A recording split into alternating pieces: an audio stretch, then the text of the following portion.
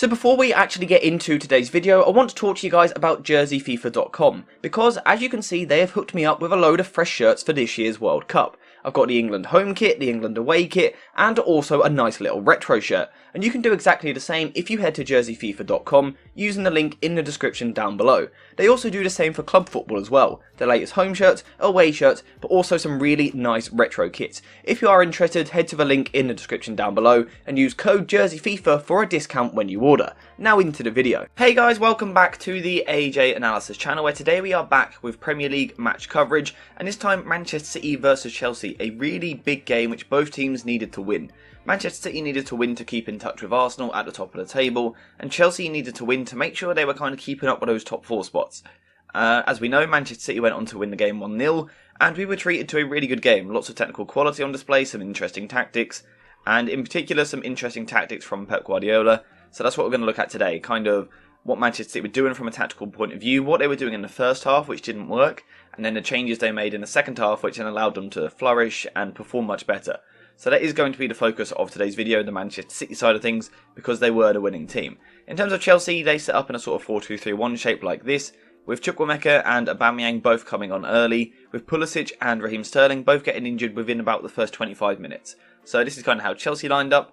As for the Manchester City shape, this was the shape that they wanted to defend in, kind of a 4-2-3-1, however what we will see is that their in-possession shape was very, very different. And actually, let's just get started with that, because Manchester City quickly changed away from this 4-2-3-1 and became more of a 3-2-4-1, with John Stones playing as the middle centre-back as we would expect, Kyle Walker to his right, Aki to his left, Rodri and Bernardo Silva just in front of him, De Bruyne and Gundogan just in front of them, Foden and Cancelo on the wings, and then of course Haaland up front. So this is the shape that Manchester City were working with. This is the shape that Pep Guardiola has kind of been experimenting with a little bit at times during this season. And it worked at times it didn't. For example, the first 20 minutes, Haaland didn't have a single touch. I think his first touch came in the 22nd minute, I believe it was. And Manchester City did have some problems, but they also had some success with this shape. So that's what we're going to look at. And the reason that City kind of struggled more than anything was because Chelsea defensively were very deep and very narrow. So Chelsea had little interest, let's get a ball on the pitch here, Chelsea had little interest in putting the likes of John Stones under pressure, the likes of Kyle Walker under pressure. We didn't really see that. And instead they dropped much deeper, almost into a 4-3-3, with Kovacic on the left hand side here, Zakaria dropping deeper and more central, and then we saw Hakim Ziyech dropping all the way almost into like a right centre mid spot in this area here. We then saw Havertz dropping deeper, Chukwuemeka dropping deeper, and Aubameyang kind of drifting to this right hand side here. And what we can see instantly is that Chelsea have a very narrow shape, but they simply had to do that, because we can see that Manchester City have got 4 central midfielders here, with Rodri, Bernardo, Gundogan and De Bruyne. If Chelsea hadn't played narrow, then it would have been way too easy to outnumber them and progress the ball through the middle. So Chelsea kind of weren't given a choice there, and it comes from good Manchester City tactics. City overloaded the centre of the pitch. Chelsea didn't want to do that, didn't want them to do that, so Chelsea reacted, got the numbers in the middle here, and it made it really difficult for Manchester City to progress the ball through the middle of the pitch. However, for large periods of the first half, that was still what they persisted with. They were trying to get the ball into these central areas, but like I said, when it's this crowded, that's always going to be difficult. To be fair, there were a couple of occasions where they did. I remember Gundogan slipping a pass through for Haaland who couldn't finish, and it kind of worked, but like I said, the problem was that the middle of the pitch was just so crowded. So what's the solution when the middle of the pitch is so crowded? The solution is to go out wide. In terms of if we look at the 2 wingers, Foden and Cancelo, for me, neither of them are natural wingers. We know Cancelo for sure isn't, but even Foden for me is better in more central areas. So when Foden was getting the ball on his left hand side here, he was a little bit passive. He didn't really look like he wanted to beat Azpilicueta and try and get a ball into the box. And Cancelo on the other side, he was the outball all game. Because what Manchester City done was they pushed De Bruyne into this area here, which drags Cucurella more central, which means Cancelo is the free option. And John Stones hit him time and time again with the long pass. Cancelo got into this area and you thought, okay, now something's going to happen. Because City kept working the ball into this area, and it was just waiting for a quality cross into the box for someone like Haaland to attack. It never really came. Cancelo really struggled, and despite Cucurella initially kind of being drawn narrow by De Bruyne, once the pass had kind of travelled all the way out to Cancelo, Cucurella used that as the trigger to go out to him and 1v1 him, and to be fair, it was a decent 1v1 battle, which for me Cucurella came out on top of, and Cancelo really struggled. He didn't really create much. The other issue was that with Cancelo kind of holding the width and being right-footed on this side, he didn't want to come narrow.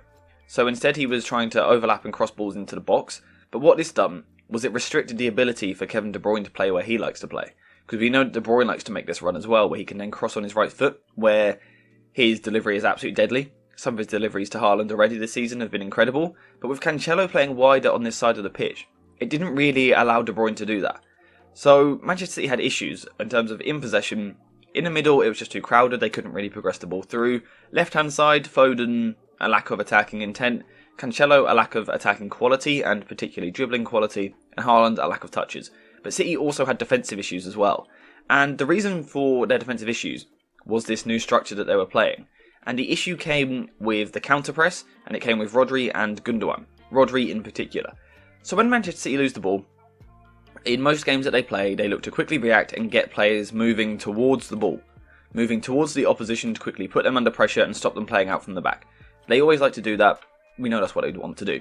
However, they didn't do that in this game. Or, almost the problem is that some players did, some players didn't. In the first half we are talking here.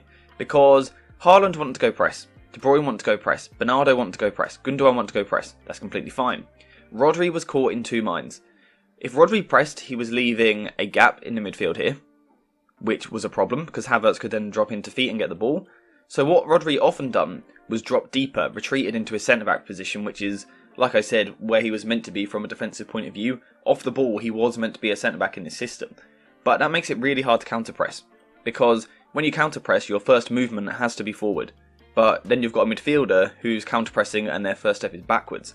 And it opened up this massive gap in the midfield, where Havertz time and time again was dropping deep, getting the ball, turning, and then looking to play. The problem from here was that Chelsea just had no runners.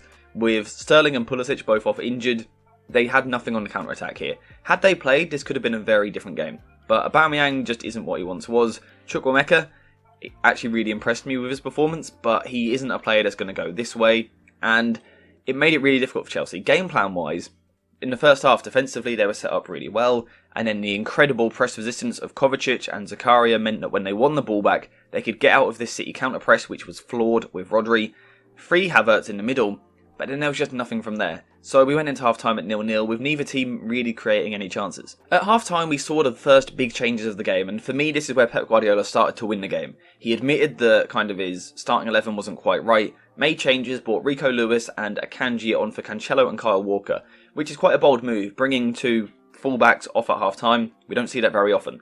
However, what it done for City was it gave them more defensive protection, because now when they were losing the ball, they had three natural centre-backs playing in this area, which was a massive positive. But also, in Bernardo Silva on the right wing as opposed to Cancelo, they had a bit more dribbling ability, someone who was a bit more willing to get at Cucurella.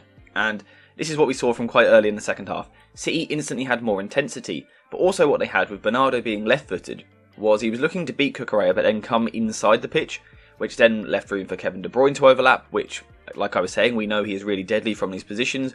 But also Rico Lewis was really advanced in the way that he played, getting into these areas and trying to make stuff happen. And immediately, Manchester City looked a lot better. In terms of when they lost possession, Rodri was now no longer having to drop deeper because City had three natural centre-backs, so now the counter-press was much better as well. Haaland could get around the ball, Lewis could get around the ball, but also Rodri could step forward. The centre-backs were playing higher up the pitch now as well, more advanced positions. And what this meant was that when City lost the ball, they quickly won it back, and that's how we know City like to play. And having won the ball back and gotten into these areas, City were then able to create that typical front five shape which we know they absolutely love. With Foden, Gundogan, Haaland, Bernardo and De Bruyne, these two could swap positions, they had a front five up against Chelsea's back four. And now Chelsea's kind of passive deeper shape suddenly looked weaker because Manchester City could, when they lost possession, they quickly won it back and then were direct, really intent with the way that they were looking to get forward.